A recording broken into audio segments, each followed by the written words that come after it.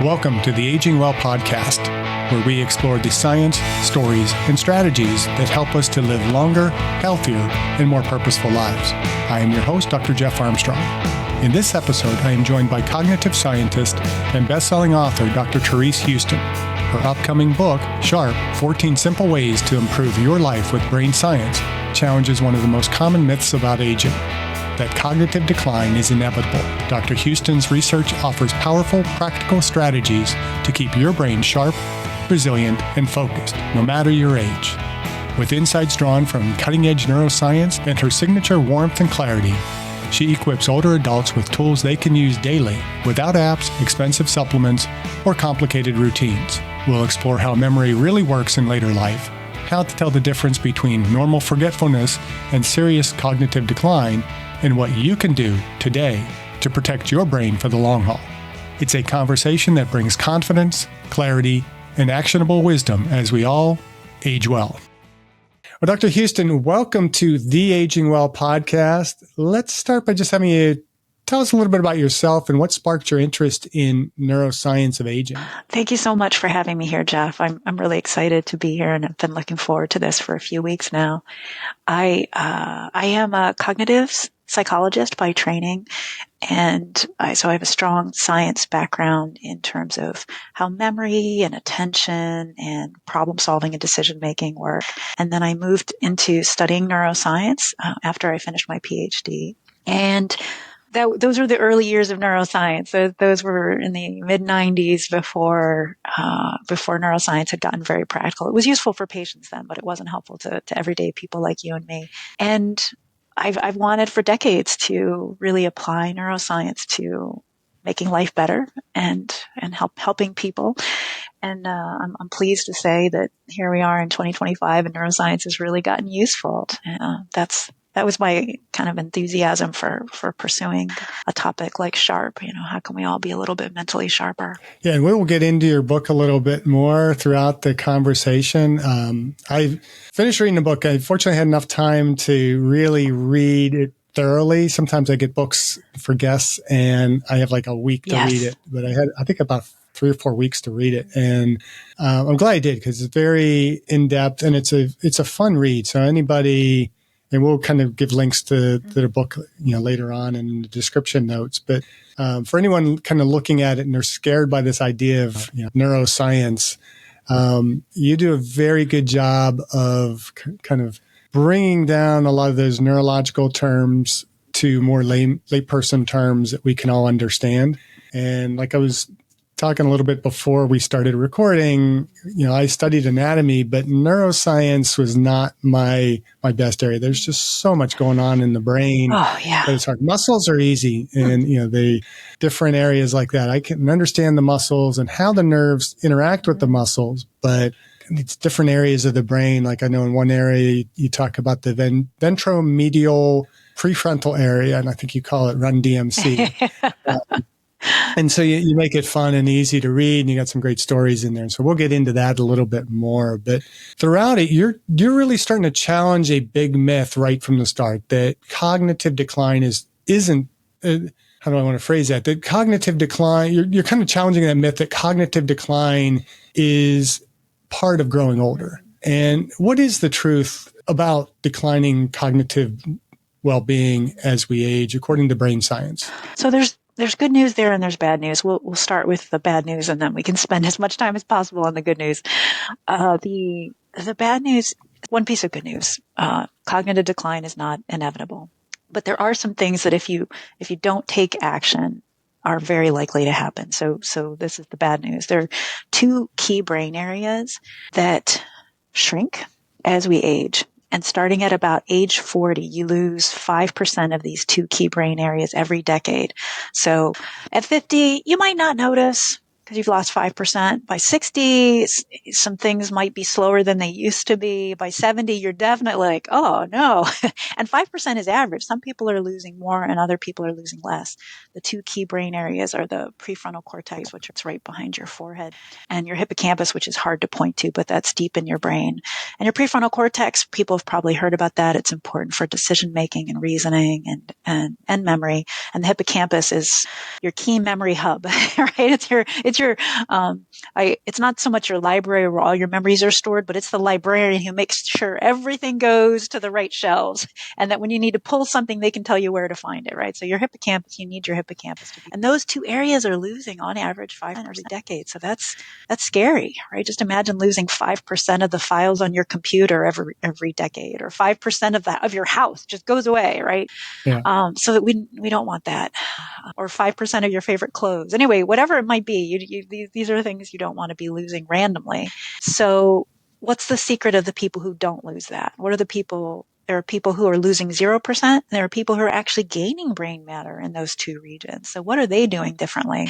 And that was part of my motivation for writing the book. Once I learned that statistic, I really wanted to get my head around, if that's average, what's on the good end of that spectrum. And so the good news is there are things that we can do to rebuild those two brain areas. Or if you're younger, if you're in your 20s and 30s, you might be thinking, oh, I don't need to worry about this until my 40s. You can actually build what neuroscientists call brain reserve. You can actually add more neurons so that if you do start losing them later, you've got excess, right? You've built an addition onto your house, so you're not worried about losing a little bit. And we can talk more about what those great strategies are. But the really good news is it's not inevitable. You can actually add the hippocampus so far.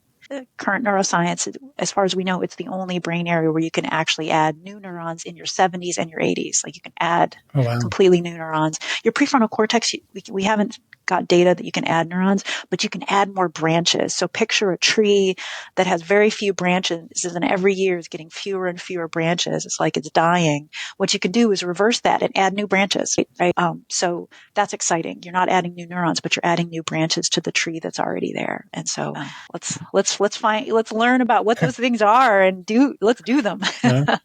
I seem to recall in the book you kind of use a pruning as a analogy in the book, don't you, as well? So we can actually prune those areas and help them to grow more effectively. Yes. I thought that was a really great analogy. It is. Yeah. So it's really interesting. Some of that pruning is going to happen naturally if you're not doing things. So if there's some skill, let's say you played an instrument when you were younger, and you played clarinet, let's say, and then you kind of start, you weren't with a band anymore after you had kids at 30. And so you stopped playing clarinet or saxophone, whatever it might be. As you get older, you're going to involuntarily have some pruning. You may not want to lose your ability to play saxophone or clarinet, but it's going to go away because you're not. You can also do prune in ways that, like you said, are more, intentional. But what we really want to be doing there is to be growing those new branches in ways, it would be nice to, maybe we can think about pruning in terms of getting rid of traumatic memories, right? That would be especially nice if we could all do that intentionally, and therapy can help with that. I'm especially concerned about adding new branches. So, Wendy Suzuki at New York State University loves to say, or at SUNY, I think. She's either at New York University or at SUNY. Anyway, she loves to say we want a big fluffy brain, and that's what I'm trying to help people have, is a big fluffy brain. We'll work on that. Yeah. And so what is the difference then between normal age-related forgetfulness and more serious cognitive decline? Because like you said, we're going to lose some of that brain. Yeah. And some of it's going to be kind of natural forgetfulness. Yeah. But we have a lot of people that they start forgetting things and they immediately start going to the more serious side of this. That, oh, here comes dementia. Yeah. And they might feel it's inevitable, right? They might feel like they've stepped on that slippery slope and it's only downhill from there. So it's really good to make this distinction. I think I'm so glad you're wanting to explore this. So let's first talk about what might be normal cognitive decline, nothing to worry about. And part of it's that you're losing myelin, which you know about, no doubt, from all of your work in physiology, right? You're losing the white matter around axons, and that I haven't seen science about how you can get that back. That part might be more inevitable, so that's a little bit trickier. But normal what's just normal aging that shouldn't freak you out and shouldn't be cause for concern would be things like tip of the tongue phenomenon. It's harder to come up with words in the moment. You think of it later, you're like, right? Or that was that person's name. You see them at the grocery store and you're used to seeing them at the doctor's office, and now you can't remember their name because they're in a different context, but you remember their name later. So that processing speed, some things are slower to come to mind. That's normal. Or you walk into the garage and you can't remember, like, why am I in the garage? Right. You remembered when you were in the house, but now you're distracted by something, and as a result, you don't remember what that would be normal forgetting. Also, multitasking, that should get harder, probably gets harder for almost all of us. We get distracted more easily, and so it's harder to do two things at once.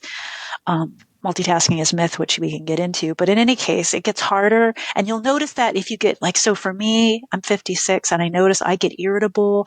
It used to be if I were cooking and someone were talking to me, that was totally fine. I could pay attention to the conversation and cook at the same time. Now I'm more like, shh. Especially if it's a new recipe that I'm trying to when do I add the spinach, right?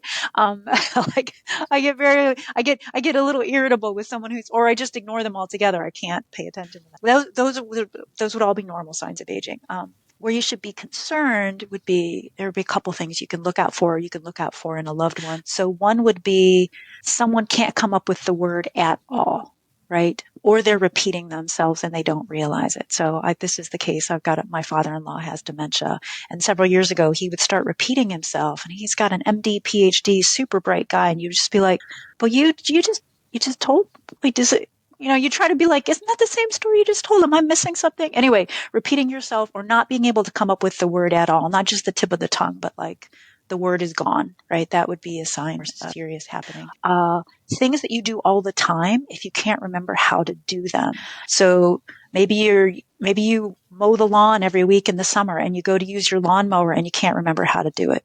Right. That would be a sign of something serious. Yeah. Or in my case, cooking, if you go to make a recipe, it's a favorite recipe. You don't even use the recipe anymore because you make it so many times and you can't remember how to do it. That would be a sign. And I don't mean like you go to check your 401k and you only do it once a year and you can't remember your password. That's fine. That's normal, right? It's the thing you do all the time that you can't remember how to do. That would be a serious sign that, and the third one would be you go someplace familiar and you feel lost, right? So maybe you go to the mall all the time and you walk in the mall and you can't remember where your favorite store is, even though you've been there 100 times. Those would be signs that something serious is going on. So you've suggested some of the early signs of cognitive trouble that we want to be alerted to. Yeah.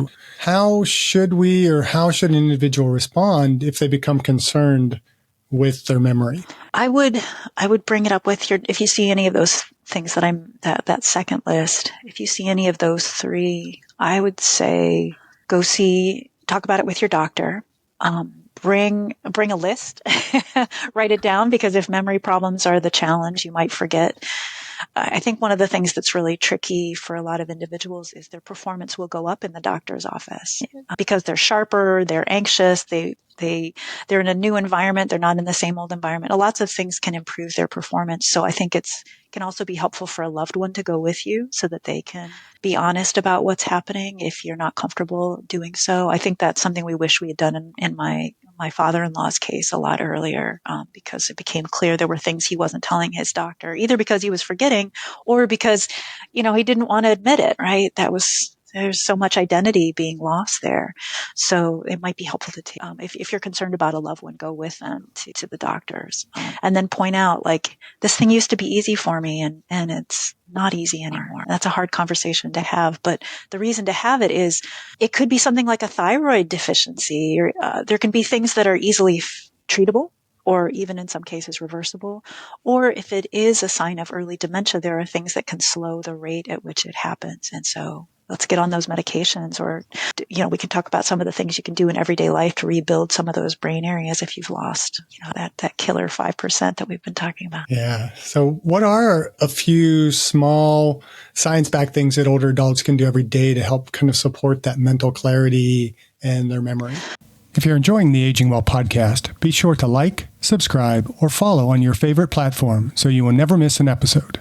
And if you find our conversations helpful, please share the podcast with a friend, because aging is something we're all doing, and we're better at doing it together. And support our guests in this podcast financially by visiting the affiliate links in the episode description below, and use the links or codes provided for discounts on products we have vetted and feel comfortable recommending to our valued viewers and listeners. Thank you, and now back to the podcast. Well, I love your 6 pillars. So, you already knew this, but I'll talk about it from a brain science perspective. One of the things you can do is aerobic exercise. There's very clear science that one of the things, so an aerobic exercise could just be walking. Walking is great. Particularly if you're sedentary as you're listening to this and you don't normally walk, pick up a walking routine, find a walking buddy, listen to a true crime podcast, something that's going to get you out there and walking would be better than being sedentary. But taking a spin class, a Zumba class, whatever it might be that's going to get your heart pumping. In general, things that are good for your heart are good for your brain. But there's really clear research that aerobic activity, particularly longer aerobic activity, so walking for 30 minutes or a spin class that's 40 minutes, longer aerobic activity leads to an increase in something called brain-derived neurotrophic factor. Long phrase, we call it BDNF in the field. And it's basically like Miracle-Gro for your brain. So aerobic exercise it's like putting on a little sprinkler system of Miracle-Gro. And in your hippocampus, that aerobic exercise and that BDNF, that Miracle-Gro, leads to growth of neurons in your hippocampus, that key area for them. So people who are physically active there be even studies with walking have found that people can basically replace the neurons that they were losing, so that they're basically at breaking even. They're basically not losing any neurons. So that's huge. So that would be one. For your prefrontal cortex, this area that gets pruned more vigorously than you like in order to grow back those branches, mindfulness meditation is what science shows is fabulous. And it only needs to be about 10 minutes a day. It doesn't need to be every day as much as, 5 days a week. So if you get busy and you forget, that's okay. Come back to it tomorrow. It's not that you should give up the practice. My favorite mindfulness meditation app, and if you're trying, I've been doing research on the reasons people don't do meditation. One of them is they don't know where to begin, or they think it's going to be expensive to, go to, or inconvenient to go to a class. There's a fabulous free app that I really like called Healthy Minds. It's out of University of Wisconsin. It's led by a neuroscientist, Richie Davidson, I believe is his name. Yes. In any case, what he and his team have done is they got this free mindfulness meditation app. And what I love about it, in addition to the fact that it's free, is that they have sitting meditations as well as active meditations. So if you're someone like me, on some mornings, I would love to do a sitting meditation, but I know I need to get my walk in before my work starts. So I'll go for a 10 or 15 minute walk and I'll do an active meditation. And it's still practicing mindfulness and focusing your attention and doing all these wonderful things that the science shows works, but I get to be moving. I don't have to just sit still on my couch, which, in a society that really values productivity, it can make you feel like, oh, I'm getting my walk in, which I have already said, aerobic activity, yay, yay. But also you're getting your mindfulness in. So anyway, Healthy Minds, and We'll put a link to that as well. And you mentioned the pillars, so I'm assuming sleep is good as well. Yes. Right? Yes. So Diet. It's really interesting because I think a lot of people think that aging is the number one predictor of cognitive decline, and that's not the case. It's things like, do you have an anti-inflammatory diet? Right? So, do you get enough sleep? Is your cardiovascular health good? Are you getting aerobic activity? Though all of those things are actually better predictors of whether you're going to have strong cognitive health or you're going to begin to get decline. Unfortunately, the point being, as you age, if you already have an anti-inflammatory diet, the damage done by that if you already have a diet that has lots of processed foods, lots of things that are going to be bad for you, over time, those problems are just increasing, right? You're just doing more and more damage, accumulating. So that can be one of the reasons that aging can have such a negative impact. So as well as reducing your stress levels, but exercise can help with that. So can sleep, so. And mindfulness. Yeah. Exactly. And, we also talk about, purposeful social connections as well can help with that. Yep. And it's really interesting there. People who have strong social connections, I think the number is 26, have 26% lower risk of dementia than people who are lonely. So, wow, right? So simply having, reaching out and calling a friend, going, if you're going to do that aerobic activity with a friend, walking with a friend or signing up for a Zumba class together. Dance. Oh my gosh. I can't believe how people don't think about dance, but there's research in many, many countries indicating dance is one of the best ways to add to your hippocampus. It adds neurons and, it can reverse many of the cognitive issues around aging. And the reason they think it's so wonderful, Jeff, is because it hits a trifecta. So the social connection, like you said, right? Because dance is social. You're even if you don't show up at the class with a partner, you're going to interact with other people, right? You're going to bump into them, right? Yeah. So there's a social component. There's a memory component. You need to memorize the steps and remember the steps. And then there's a physical component. You're getting your heart pumping. So dance is kind of funny. I've started talking about, I'm in the early imaginings of what I'm going to do in retirement. And I talk about it occasionally with friends and family. And they ask, what are you going to do in retirement? My first answer is always dance classes. I'm going to take I don't know what, and it's cute because my husband is like, I guess I'll go with you. I'm like, you don't have to go. I mean, I'd love for you to go. It'd be good for you and good for me, but dance classes. Yeah. My wife hears this. She'll be wanting me to take dancing classes with her. Oh, I'm not much of a dancer. yeah. I mean, I did a lot of like two-stepping and stuff like that early in my life, like high school and early college and whatnot. I have just no rhythm, it's a deterrent skill for dancing. Yeah. So it's tough, but keep getting pushed through this podcast to do things that challenge me. So maybe this I don't will. know. Well, what's your go-to aerobic activity? What do you like to do? I'm pretty straight up, just regular cardio, doing high intensity on the bike, treadmill, walking the dogs. Oh, yes. That's about all I do. Yep. Yeah. I'm trying to get back to walking the dogs. It's been really busy the last couple of years. I mean, this podcast has taken up a lot of time and it's just grown in the time. And so I've seen myself start to lose a little bit of that fitness that I've worked hard to have. So it's like, I got to get back at that. Yeah. And so it's just putting that into my time schedule each day. Yes. Yeah, there you go. We have two dogs. We have a red border collie who's super, super hyper. And it's not the easiest dog to walk because she's just such a little spaz. But she's the one that loves to walk. Yeah. And then we have a 10-year-old yellow lab that is just getting really old. She just doesn't walk very well anymore. I mean, you're lucky if you can get her to the end of the cul-de-sac. Yeah. She just pads out there and wants to pad home. Yeah. Yeah. So I just have to force myself to walk the border collie 2 loops. It kind of doubled. But for the longest time, it was like the neighbors would see me walk each dog individually. And I was always, why? Well, don't they like to walk together? And it's like, well, I get less exercise if I do that. So right. It's really to double the exercise by walking them once at a time. Right. Because the lab wants to turn around right away. Yeah. Yeah. Well, I mean, that's really a pretty recent kind of occurrence with her. For the longest time, she'd love to walk. And, I'd take them both out individually and I'd get. Oh, I see. I see what you mean. Yeah. You just double the benefit. Right. Exactly. Yeah. Good job. So that's fun. But that's kind of my go-to. So I'm trying to get on the treadmill more. And I was going to ask you about, with regards to the brain, does exercise snacking, we know it works physiologically for, the muscle, cardiovascular health, but does it have the same benefit for the brain? So if rather than going out and walking 3 miles, if I was walking 6 times a day, half mile at a time, would that have relatively equal benefit? Yeah. So let's look at, in terms of immediate benefits, you're gonna get a boost in your memory, and you're gonna get a boost in creativity. The work of Marilee Apezzo at Stanford shows that as little as 1/5 of a mile, super short distance, right? You could probably do that in 5 minutes. Just 1 block lap, right? Like out the door and around the block, depending on the size of your block. As little as 0.2 of a mile, and a boost in creativity.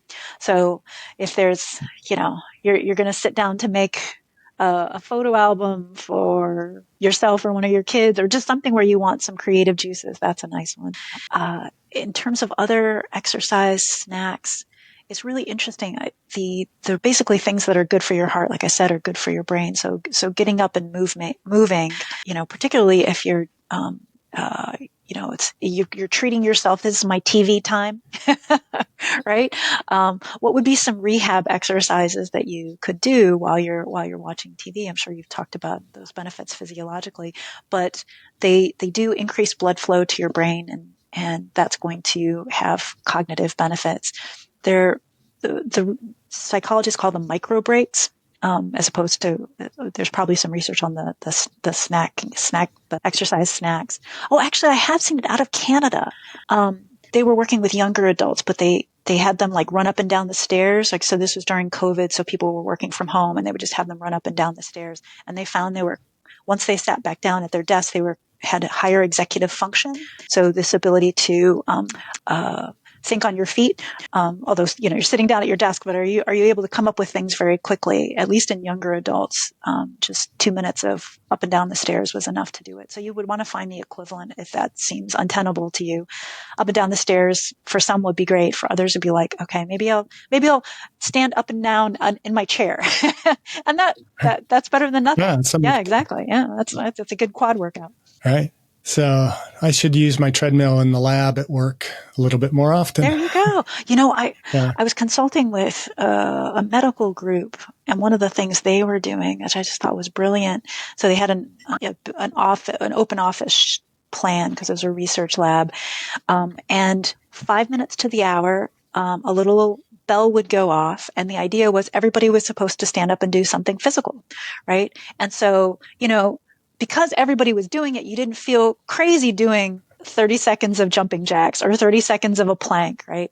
But at the very least, the idea was, you get up and you walk around the big open floor plan. And I thought it was brilliant because it created a social norm, right? We're all going to be doing this. It reminded people to get up and move. And if people are in the middle of a meeting, the meeting would end like, okay, great. Let's wrap up a minute or two early, right? That was just the norm. It was strange for visitors, but for for everybody who worked there, it was super effective. And as a result, it was a constant reminder of the benefits of movement. I'd be curious to see data on the productivity changes. I'm sure there's a very positive effect in terms of productivity in that environment. Yes. So there is not in that particular workplace wasn't studied, but there have been a number of studies showing these micro breaks, and the micro break is defined as 10 minutes or less. So, and as little as 2 minutes. So taking a break from 2 to 10 minutes, if you do that ideally every hour, but at the very least every 90 minutes, it reduces fatigue, it improves focus, and the word they use in the research literature is vigor, which I think is a strange, kind of outdated term. It is kind of weird, right? Yeah. But it increases vigor, which I take as motivation, right? That you're just like, all right, I'm ready to do this task. Let's go, right? So reduce fatigue, improve focus, and improve motivation. Like those are things most of us need at 3 p.m. So I love it. So micro breaks, less than 10 minutes, every 90 minutes, and you will be, I think the mistake we make, there's this phrase, we got to power through. Right? There can be this feeling like, well, I just power through this. And maybe in your personal life, it's doing your taxes or doing some onerous thing. Just like it'd be better to power through. But for repetitive tasks, more frequent breaks are better. Or for tasks that are monotonous that you want to do, taking and don't spend an hour, but take a 2 to 4 minute break, and you will come back with renewed interest, or at least renewed purpose in whatever you're. That's really interesting because in our school systems, we don't consider that at all. No. We're constantly cutting PE, and then you have kids who have like a different attention. Oh my God. Talk about forgetting things. You got this. You got this. Attention deficit disorder. There's kids that, need to really be moving. They're so hyperactive and yet, sit quietly in your seat, and then they can't think. And then you wonder why they're not performing. Let the kid get up, move around. I've had colleagues who have kids who have, they're hyperactive, and they convince the teachers to let them sit on like a physio ball. Round exercise balls. Get some core activation. Just that alone enables them to be able to concentrate a little bit better in school. Yeah. Or get up and walk around a little bit while they're having to think. Yeah. It's crazy that we want everybody to just sit quietly and think. It is. And expect them to be able to think. It is. And I mean, what's interesting too about that situation is usually the teacher's moving around, right? Right? So they're getting the benefits of moving around. Yeah, it's really tricky. I think there's a control issue there. There's also some sense of, is it going to get unruly if kids are allowed to move? But the whole point is they're going to be better focused if they can move a little bit. Yeah, it's tricky. Right. Yeah. So let's move on to stress. How do stress and multitasking, and you mentioned that multitasking both just now and in the book, you mentioned that multitasking is a myth, but how do these ideas affect brain function, and what can older adults do to kind of reduce some of that mental overload? Sure. So let's talk we'll talk about both stress and multitasking, but stress I think is the bigger one for most of us, especially given, maybe it's the news cycle, maybe it's news in your own family, but right, often there are things happening in the evenings that like make us stressed, and then we can't go to sleep, and that gets to one of the pillars, right? You can't sleep. But so stress is really hard on the brain. So initially, when you have a stress response, one of the things that can happen is you get a release of cortisol, and cortisol initially will help improve focus. Cortisol is going to give you focus. It's going to improve and sharpen your abilities momentarily. But if you have elevated cortisol lasting for a long time, that's going to lead to inflammation. It reduces, it kills cells in the hippocampus. Basically, you get more, we were talking about the hippocampus shrinking, and stress is one of those factors that leads to the hippocampus shrinking. So you don't want elevated cortisol for long periods of time. And what's tricky as you age is cortisol tends to stay in the system longer. I don't understand the biological mechanism behind that, but cortisol stays in the body longer, and the stress response doesn't come back down. When you were younger, you might have been really outraged at something that happened at work, and then, half an hour later, you were thinking about something else, and you're able to set it aside. Whereas you might experience in your own life that you get upset about something, and 2 hours later, it's still bothering you, right? Right? It's harder to let these things go. That's really tricky, because that means your cortisol levels are staying elevated, and that's going to lead to, you're going to lose more neurons in your hippocampus as a result. So we really want mechanisms to help regulate our cortisol levels. It would be ideal if we didn't get triggered in the first place, but sometimes we can't avoid that. Or once it happens, what do we do? So I'd love to, if you wouldn't mind, I can teach you a quick breathing technique that in the lab has been shown to reduce cortisol levels right away. So would it be okay if I step you through that? Absolutely. Okay, great.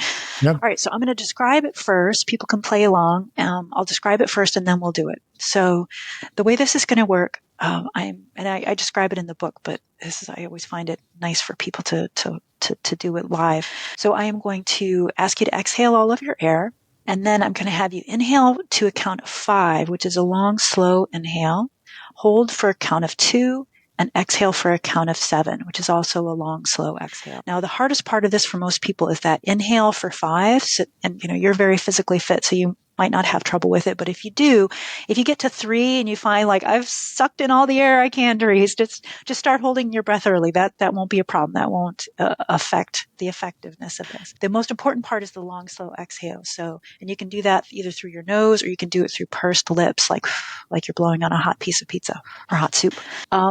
And we'll do 2 cycles, and I'll do the count out loud so that it's pretty clear. Do you have any questions? No, I've tried this before, and for me, the most difficult thing is the 7-second exhale. Oh, is it? I don't know why. Oh, yeah, it's harder for me to just keep blowing slowly out. Yeah. Have you? Like I've done the square breathing, which is 5 by 5. Right. Yeah. But this one's challenging. Oh, thanks for acknowledging. Okay, great. We'll try the little tiny, like you're blowing out through a straw, when we do the exhale, and see if that helps. There you go. Yeah. The thin lips. Okay, great. All right. So Jeff, exhale all of your air and inhale 2, 3, 4, 5. Hold 2. Exhale 2, 3, 4, 5, 6, 7. Again. Inhale 2, 3, 4, 5. Hold 2. Exhale 2, 3, 4, 5, 6, 7. All right. How do you feel? Good. You feel good? Very good. And I actually was able to extend that to like 8 seconds. Nice. Good job. What do you think made the difference? I think it was probably just pursing the lips. Maybe. It helps. It slows it down. Yeah, it does. Without making it weird. Yeah. Yeah.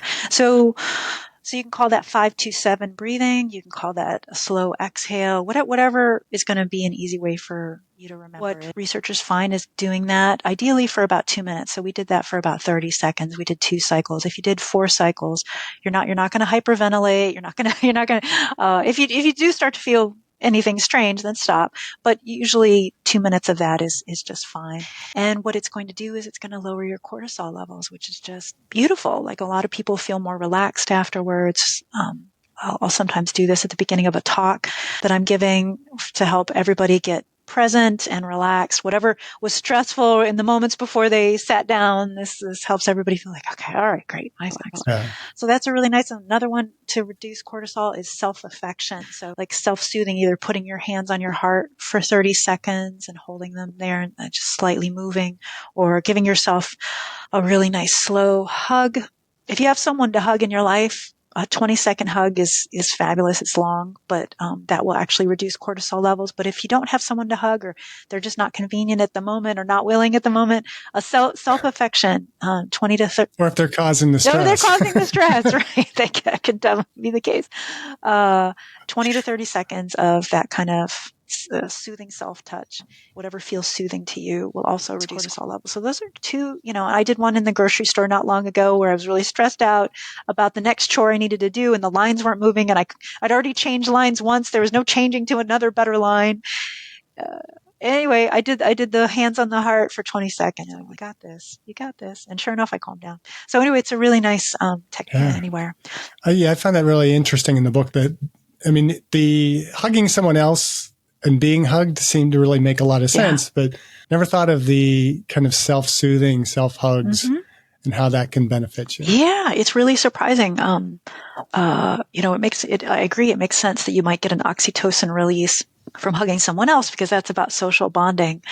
And we don't understand yet the mechanism for why it leads to a cortisol release for you to do it for yourself. But I guess we crave touch enough that even our own self-touch is soothing. So that's a way to reduce cortisol. In terms of multitasking, the research is clear on this. You're not really doing two things at once. Your brain is switching tasks. It's going back and forth as fast as it can, but it's going back and forth. You'll make more mistakes. You will feel more stressed. Typically, people feel more stressed, especially as we age. Multitasking is stressful. The brain research on this is still being done, but what you get is reduced brain activity, especially in whatever the main task is you're doing. So let's say you're writing an email to someone and you keep talking to someone in the kitchen while you write that email. You'll make more mistakes in the email, but your brain will be less active for the email. Like I think there's a reduction in about 37% of activity. So you're not going to be thinking as clearly in whatever the main thing is you're trying to do. So multitasking is not good. I try to, my motto is like single task, single task, single task. I think we need to take more pride in single tasking. And what that might mean is just saying to yourself, what I do here at my desk is I'll set a timer on my phone for 20 minutes. And I say, I'm just going to single task for 20 minutes, no matter what texts I get, no matter if we're currently looking for a house and potentially moving, I might think like, ooh, I should check Zillow. No, we're not checking Zillow or Redfin for this 20 minutes.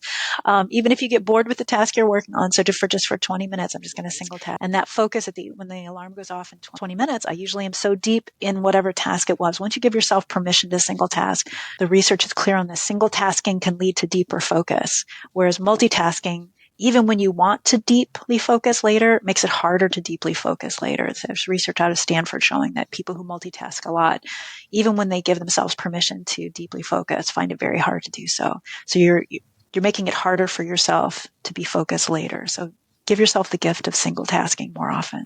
I'm much more of a single tasker. Oh, good. I get almost overly focused on getting something done. That's like when we finish this recording today, I will probably start editing it, and I won't do anything else until it's done. Oh, that's wonderful. Good for you. Yeah. You're probably going to get through the production of this faster, right? In the editing, as well as, you won't lose track of thoughts that you had right now that you'll be able to put into action, as opposed to if you set this aside and got to it 5 days from now. Yeah. So we've talked a little bit about some of the cognitive disadvantages of aging. What are some of the cognitive advantages that come with aging? Things that the brain might actually do better as we get older. Yeah, so there are two that are really clearly demonstrated that I think a lot of people can relate to. So one is what psychologists call crystallized intelligence goes up as we age. So crystallized intelligence is your accumulation of knowledge, and that might be verbal knowledge or how to do things, but your knowledge of experiences in the world, right? When you're young, it's like the library just opened and there's only a few books on the shelves. As you age, there's lots of books on the shelves, lots of knowledge there. It might be harder to find things, but it's there. And I think that's one of the reasons people enjoy crossword puzzles more as they age. Partly it might be time on their hands, but also you've got so much accumulated knowledge that, thinking through what was that Bee Gees song from 1972 that I like, right? So we have all this knowledge and finding ways, not just in crossword puzzles, but to use that knowledge to help others. Maybe that's, if you're retired, maybe that's going to be volunteering somewhere where you can use your experience to help others, is huge. So crystallized intelligence increases as we age. And in fact, seems to increase even more the verbal side for women than for men. And they think this is one of the reasons that dementia is often detected later in women than in men, because so many of the tests for dementia are verbally based, and women's crystallized verbal intelligence is strong even longer. And so it can sometimes be missed. Anyway, that's an interesting side effect of the fact that this keeps growing stronger as we age. So the other thing that gets stronger as we age is what's known as emotional empathy. So emotional empathy is what most people think of as empathy, and that's the feeling what other people are feeling. There's cognitive empathy, which is perspective taking, which is understanding why someone might feel that way. Emotional empathy is like, oh my gosh, I'm feeling it. So someone doesn't get your niece or nephew doesn't get a raise or doesn't get into college, and you can feel like, oh, that would be so disappointing. Oh my goodness. Oh, and you feel it, or you might cry more easily than you used to. And you're just like, wait, what's that about? Part of that might be that you have reduced inhibition, but another part is just that emotional empathy is something that increases as we age. So that can be another reason to do volunteer work, is you can feel more of what other people are feeling. It can also be tiring and taxing, right? It might be a reason you don't want to watch the news anymore, because like, I feel so much. I feel more outrage, or I feel more whatever it might be for the people you're watching on. So it can be a little overwhelming. But the good news is you can empathize more with others if you give yourself that opportunity. So that's the key. I have to give myself the opportunity. Yeah, there you go. And take the opportunity, right? Yeah. Okay. So you mentioned crossword puzzles. Are we hear a lot of hype around brain games and apps, and I love when I get the commercials. There's one particular commercial comes up on one of I do like Sudoku a lot more. Yeah. And this one ad comes up. It's like something about being a professor, and I'm a professor of neurology, and my 60-year-old mother, elderly 60-year-old mother, plays this game for brain health. And it's like, elderly 60-year-old? It's obviously written by some young person. You killed it for me right there. Yeah. I will never buy that app because of your offensive behavior. Right, yeah. But can brain training really help us? And if so, what kind of activities are most effective for us? So, good news and bad news there. So bad news first is that though apps that claim to be brain training that will want you to pay a monthly subscription, most of them don't work. There have been great literature reviews on this, and often the studies that find that they do work are paid for by you guys talk a lot about scientific literacy.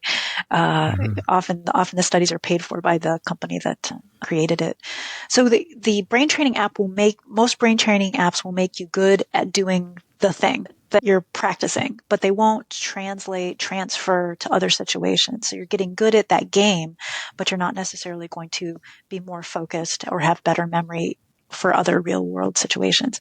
There is one exception, and I talk about it in the book, and there's been really great research on something called Brain HQ, like brain headquarters, but Brain HQ. And that one, the research is especially clear that it improves focus. It improves your ability to stay focused and not be distracted, which is something that a lot of people struggle with as they get older. It might feel like a memory problem Like, why did I go in the garage? Or why did I lift my phone up? But often it's you're being distracted. You're being distracted by something in the garage. You're being distracted by something on your phone, and it's a distraction. So learning to focus better will lead to improvements in being able to pay better attention to what you do. So Brain HQ is an exception. That's a really good one. What does work are things that have real world applications. So learning a new language, right? There's not just a memory component to that, but again, a social component. You'll have real world opportunities to use it. Dance would be another. Learning to play an instrument, something where you're going to be doing the thing in multiple contexts. Doing crossword puzzles and Sudoku are definitely good because you're drawing on long-term, you're doing problem solving. In case of Sudoku, you're looking for patterns, you're looking for pattern recognition. Those things are definitely good. Even better would be, doing things that have that kind of real world application, like playing an instrument or language learning. Duolingo is a free language learning app. That's a nice one. And then what you would want to do is try and practice those language skills. Go to that country, or if you're learning French, go to Montreal. Yeah, I've not tried learning a language since really early college, I guess, when I had to take my German class. So there you go. Yeah. And Duolingo now has Duolingo. There's a paid subscription plan, but it's free. I don't have affiliations, by the way, with any of the apps that I mentioned. I've had friends who work for Duolingo, but I don't work for them and I don't get any benefit. But Duolingo also now has chess learning, which I think is really neat. So if you want to learn chess and play with people in real life, Duolingo can kind of get you started, a little bit of chess moves and then play with other people. My wife and daughters, I've played backgammon too, but nice. It's been probably 40 years since I've played it. And so I don't remember how to play, but my daughter and my wife have gotten they're playing backgammon every night. Oh, you should join them. Yeah, I need to, because I forget how to play it, but I know once I do, I'll pick it up again. It'll come back. Yeah. So, I want to play backgammon. That's a fun one. So are there any other popular tools or tips that people should avoid when trying to keep their brain healthy? I think there can be this belief that doing hard things is going to be really good for your brain. And multitasking is a case where things are hard and it's not good for your brain. So that would, avoid that. I wouldn't spend money on the brain training apps except Brain HQ. It's not going to hurt you, right? It's not going to lead to brain deterioration, but it's just not, you could be spending your money better elsewhere. It'd be better to pay for a gym membership, let's say. Nootropics, which are smart drugs. There's really mixed research there. It's, in general, like these formulations that are supposed to have lots and lots of benefits. Again, they can get expensive, like $60 a month, and it's not clear that they're going to have a lot of benefits. So they're not necessarily doing any harm. In my book, I talk about two supplements that theanine is really good for focus, and tyrosine is really good for it's kind of like eating your dopamine. So if you're having trouble getting motivated, because that can happen, especially for women as they age with hormonal changes, you have a real drop in dopamine. Tyrosine is one that works. That's really been well studied. But the drugs or the over-the-counter supplements that are like a pack, they promise great memory or focus, and it's like 7 different things. It's probably not going to hurt you, but you might not get the benefits. So I might spend that money elsewhere, or just do the tyrosine, which is going to be a lot cheaper if you just did the single supplement. Yeah, I have not found any supplement to be effective for brain health that I've tried over the years. Yeah, right? The only thing I would probably recommend to people would be creatine. Yeah, so say more, because that is good for muscles as well, right? Yeah, I mean, that's what everybody thinks. It's all about muscle building. And, most people are like, I'm not a bodybuilder. Right, I don't need creatine. Right. But it's important for childhood brain development and for preserving, brain health in older adults. So I've gotten to the point now where I recommend creatine to everybody. I'm going to look. I need to do more research on creatine. Thank you for drawing attention to it. I came across a study. I think they were saying about 67% of the U.S. population is deficient in creatine. Wow. And especially if you're vegan or on a more plant-based diet, you're less likely to have enough creatine in your diet. So it's a cheap, easy supplement. And most of the creatine supplements are reasonably good, although I've been seeing some stuff lately where I think if you buy it on Amazon, you might be coming across some some fakes in Oh, there. no. Buy a reputable Okay, brand, good. buy it from the company that is the provider. Oh, nice. But I guess, I was thinking about it the other day is I saw something come up with L-theanine, and I was trying to remember where I heard it, but I believe it was in your book where you talk about that it's high in tea. Yes. Yeah. So, But if you consume it with your coffee, it's going to give you even better focus. Was that in your book? yes. So L-theanine is an amino acid, or just theanine is an amino acid that is, helps with focus. And so it's present naturally in tea, black tea, green tea, oolong, any caffeinated tea is going to have it. And it improves your ability to focus. It improves multitasking, which we've already said is a myth. But if if it's your reality, if you know you need to multitask, have tea that morning instead of coffee, or you can take an L-theanine supplement. If you're just like, nope, this is a deal breaker, Therese. I'm not going to drink coffee. I'm sorry, I'm not going to drink tea. It's coffee all the way. What I would suggest is, if you want those benefits from theanine, you can take it as a supplement. Just make sure you take a really low dose. So theanine also will help you sleep, which probably isn't what you want for that purpose. So what you want is like 50 or 60 milligrams to take with your coffee. 200 milligrams is a standard amount. If you type in theanine on your Amazon browser, it's going to come up, it's 200 milligrams, and that's what helps you sleep. So 50 or 60 is what you want for focus. Yeah, it's interesting that it can benefit you both at the start of the day and the end of the day, depending on how you take it. Right? Isn't that brilliant? Yeah. So, Yeah. get it at the 60 milligram dose and then take one in the morning, and then before bed, take 3. Right. And what's happening is, it's reducing, there's a number of things that it's doing in the brain, but one of the current theories is it's reducing activity in something called the default mode network.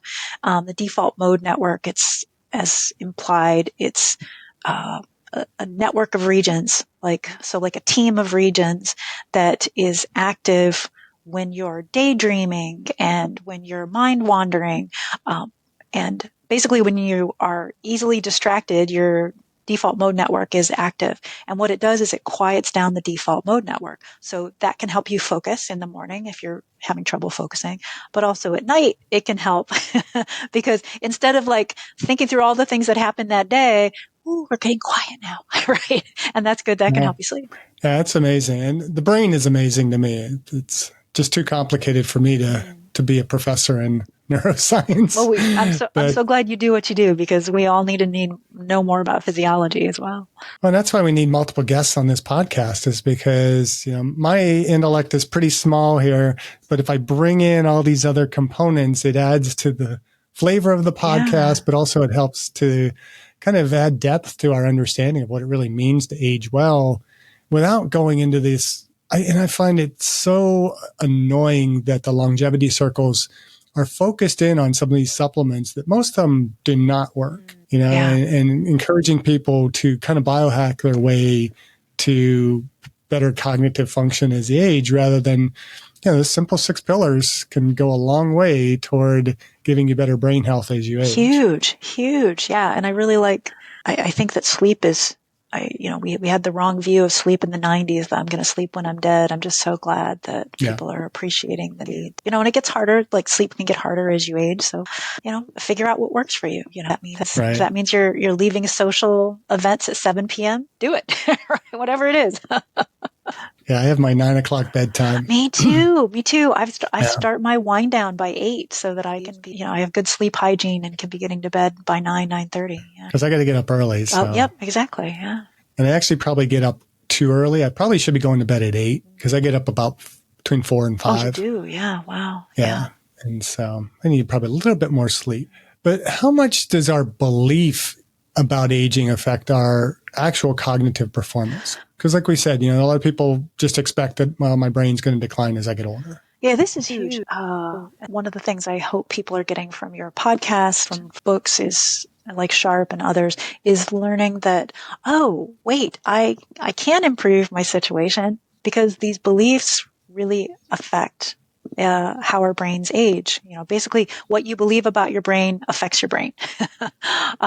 So take the blue zones, right? So there's a lot of talk about these 5 blue zones where people live, in their 90s and 100s. And they have the oldest populations in these countries. These countries, in addition to having certain diets and in addition to being very socially active, they also have beliefs about aging. Like in Okinawa, which is Japan, one of the blue zones, elders are revered and they're considered like, it's really, if in your village you have someone who's over 100, they're considered highly prized. Ikigai, this idea of wisdom, is something that just grows with age, as opposed to American culture, which just unfortunately, views people as they age as like, oh, no longer useful. So changing your own thinking, you might not be able to change the culture around you, but you can change your own thinking about aging. There's been research too that people's memory, 7.5 years. Let's talk about that. People who have a positive view of aging on average live 7.5 years longer than people who assume inevitable decline. That's huge. Like what else could add 7.5 years to your life? So why is this? Well, chances are people who have a negative view about aging, that it's inevitable to decline, don't try as hard. They're not going to be physically active. They don't listen to this podcast, right? They aren't taking an active role in their health. Or when they encounter a challenge, as opposed to viewing it as like, ooh, that's something I can, they view it as like, oh, that's something I can't do anymore. And so they don't try to learn languages or try to push themselves because the challenges feel too. So yeah, having a positive view of aging is huge. I want to live long enough to see how wrong Brian Johnson is about aging. I mean, I'm a good probably 10 or 12 years older than him. Yeah. But, I just think it's a wrong approach. You're all focused. Again, it's a negative thought pattern about aging. Oh, interesting. So say more, because I know about him, but I don't know what are his negative thought patterns about aging. Well, he wants to prevent death. He thinks he's going to live forever. Right. He wants to, have basically the body of an 18-year-old for the rest of his life and never die. But it's like you have this negative connotation about what it means to age and that aging is decline and everything else. And it's all about taking supplements and doing these treatments to reverse the aging process rather than leaning into aging and saying, I just want to age as well as possible. Right. For me, it's like, I'm happy being older because, I'm doing stuff now that, a lot of people in their 60s think they can't do. Right. And my whole point is I'm going to prove that they can be done and do it without taking any drugs or supplements or all that. I mean, I'll take, certain level of supplements to help deal with particularly like cortisol. Like right now I'm taking, we recently had Justin Hay on. I'm sorry, I mispronounced his name. This is horrible when you mispronounce things and forget things when you're talking about cognitive decline on an aging well podcast. But Justin is the founder and CEO of a company called Rebalance Health. Oh, nice. And they have these just lozenge, mint-like things that you just suck on that help to balance cortisol and balance stress out. And it has theanine in it. And I think ashwagandha and there's a few other things. And I've been taking it for about a week and a half now, maybe a little bit longer. It's started taking about the time I interviewed him. And I just found my focus is leveled out. My sleep is better and just all these things. And those are the things that I want to take those kind of things that are going to help promote the aging process, but work on, I can't recover from exercise quite as easily. So I manage my exercise program. I'm still going to go hard, but maybe not as much hard. And I don't know. I just think that Brian Johnson's going about it all wrong. And I'm on a bit of a mission to discredit some of that. Because you could do take 100 different tablets and, dozens of different treatments and spend millions of dollars a year. Are you really aging well? Yeah. And what's really aging you well? Because it might only be one of those supplements that you're taking is actually having the effect, and you're kind of convincing people that everything else has to be done in order to do this. Yeah. And as far as I know, in none of the blue zones does anybody talk about biohacking or supplements that they take. Most of them are just living their lives well and doing the basic things like, having good social connectedness, eating healthy diets, being active, getting good sleep, having a little bit of wine if that's what they choose. And I know, some of the areas consume wine. You have in like Loma Linda, California, where the Seventh-day Adventists really don't consume alcohol. They're definitely not So doing biohacking. alcohol is one of those things that, we're not biohacking. That's the biggest thing. So if you want to look at longevity, don't look at hacking. Look at what are we doing productively in our lives to manage our physical health, our brain health. We talk about, my friend Jay kind of coined it as SPIES, my well-centered fitness, which is spiritual, physical, intellectual, emotional, and social. When we look at those things in conjunction with the pillars that we're talking about, and the little things that we can do on a daily basis to promote our better health, whether it's brain health, heart health, muscle health, bone health, whatever it might be, it's all just how we behave and how we live our lives that helps us to age well. It's not how do I reverse all the damage that I've done. It's don't get damaged in the first place. Yes. Don't get damaged in the first place, and do activities that you enjoy that will benefit you, right? That are already, things that you might have set aside that you used to do. You're like, oh, I do like exercise, or at least I like this particular kind of it, like walking our dogs, right? That's something that is easy on a rainy day or on a busy day to truncate or skip altogether. And yet, that's a simple thing you can do that's going to help you age well. And that being said, most of our viewers and listeners have probably already done some of that damage. They've already lost some of their sharpness, or they feel like they've lost some of their sharpness. So what's your message to them? My message would be, you don't despair. And it's a compassionate question. I'm glad you asked it. I would say don't despair. First of all, there are always things that you can do to hold on to, depending on the issue. If you have dementia, be doing things to slow the cognitive decline. But you are not your memory, right? There's more to you than your memories. That's really good. And there are contributions that you can be making and ways that you can have. You're not as sharp as you used to be. I think that you need to be thinking about those other ways that we have value, because we're not just our memory. I think that that's really important to hold on to, as well as small things can make a difference. So that's, I think, a really hopeful message. 10-minute walks are going to be helpful if you're not walking right now. If you're walking 10 minutes, add another 10, make it 20. So small things that you can do, or the meditation activity that we did, 2 minutes of that will lower cortisol levels, and that's going to help brain inflammation overall. So there are little things that you can do. It doesn't have to be, you don't have to move to Loma Linda, California, right?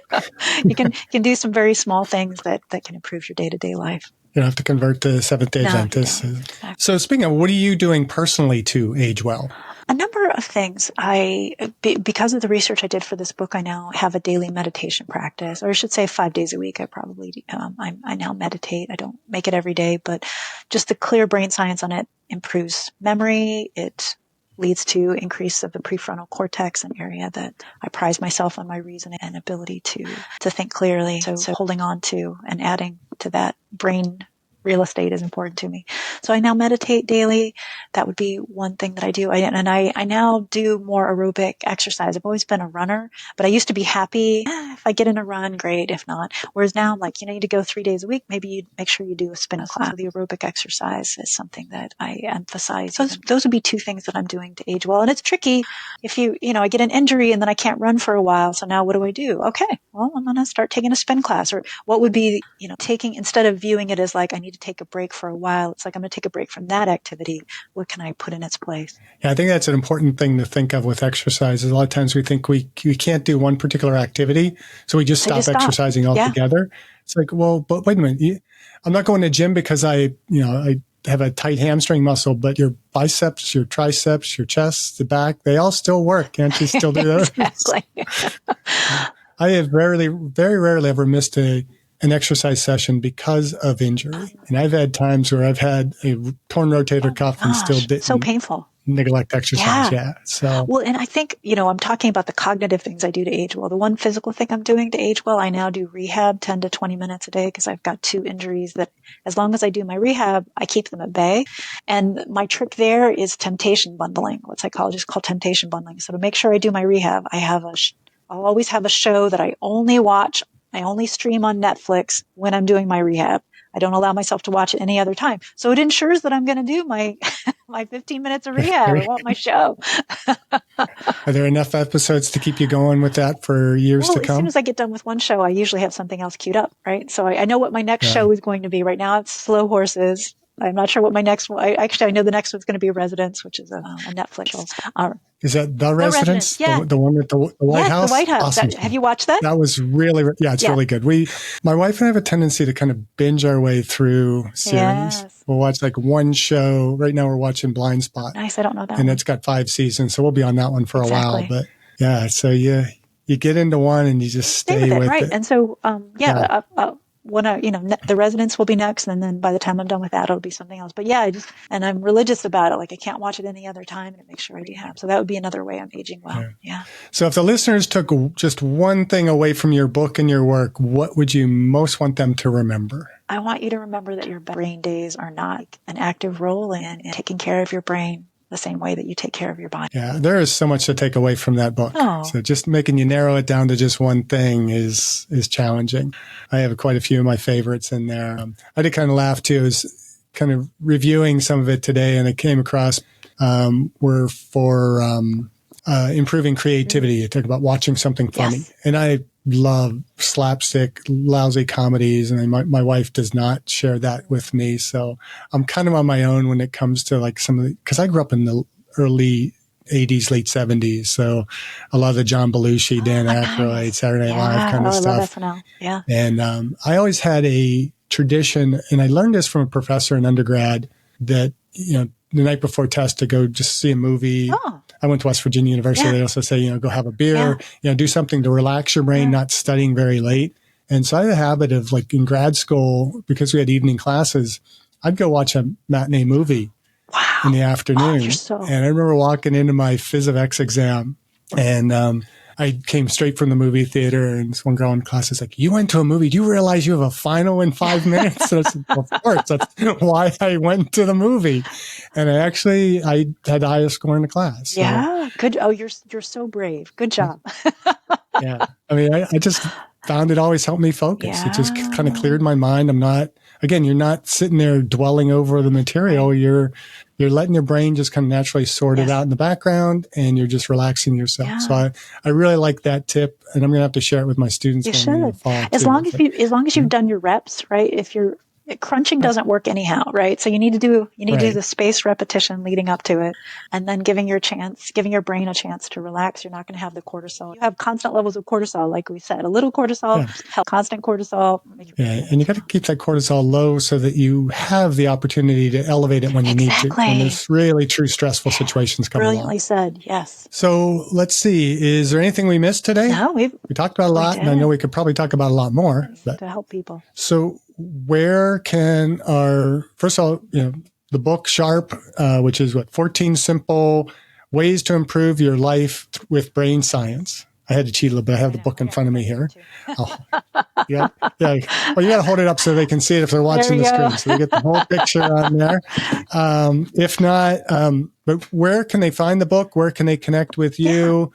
We'll include those couple apps and any other links in the description notes, but where can we find you and where can we find the book? So the book is available wherever you like to buy books, Barnes & Noble, Amazon, independent booksellers. I just had a friend pick up 3 copies at a local Barnes & Noble, physical bookstores as well as online retailers.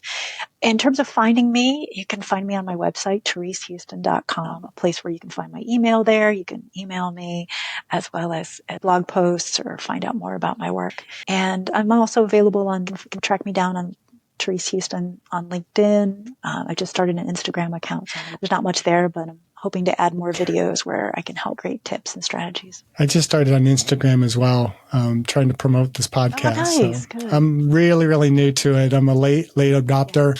I don't know if I'll ever get to TikTok, but baby steps. Hey, you're good with Instagram, I think. Yeah. Well, I really appreciate the time today. This was great having you on. I really enjoyed the book, and I hope our viewers and listeners will give it a read. If they don't need all 14 tips, there's actually more than 14 because it's really 14 different focus areas where you can improve your brain function and focus and whatnot. But there's a lot of little nice tips in there. You do talk a lot about how aging impacts the brain in these different components. So it's a very well-written, very in-depth book without being overly sciencey for the people that might fear the big words and the big, so if you've taken a neuroscience class and it just freaked you out, it was too much, this book's not going to freak you out. It's going to bring it all down to a nice level. Exactly. Yeah, and I tried to focus on about a dozen brain areas so that nobody gets overwhelmed. They can just learn the brain areas that are really malleable. It's the best way, I think. Yeah. Well, thank you. Right. Well, again, I appreciate your time and just keep doing what you're doing and keep aging well. You too, Jeff. Thanks. Thank you for listening. I hope you benefited from today's podcast. And until next time, keep aging well.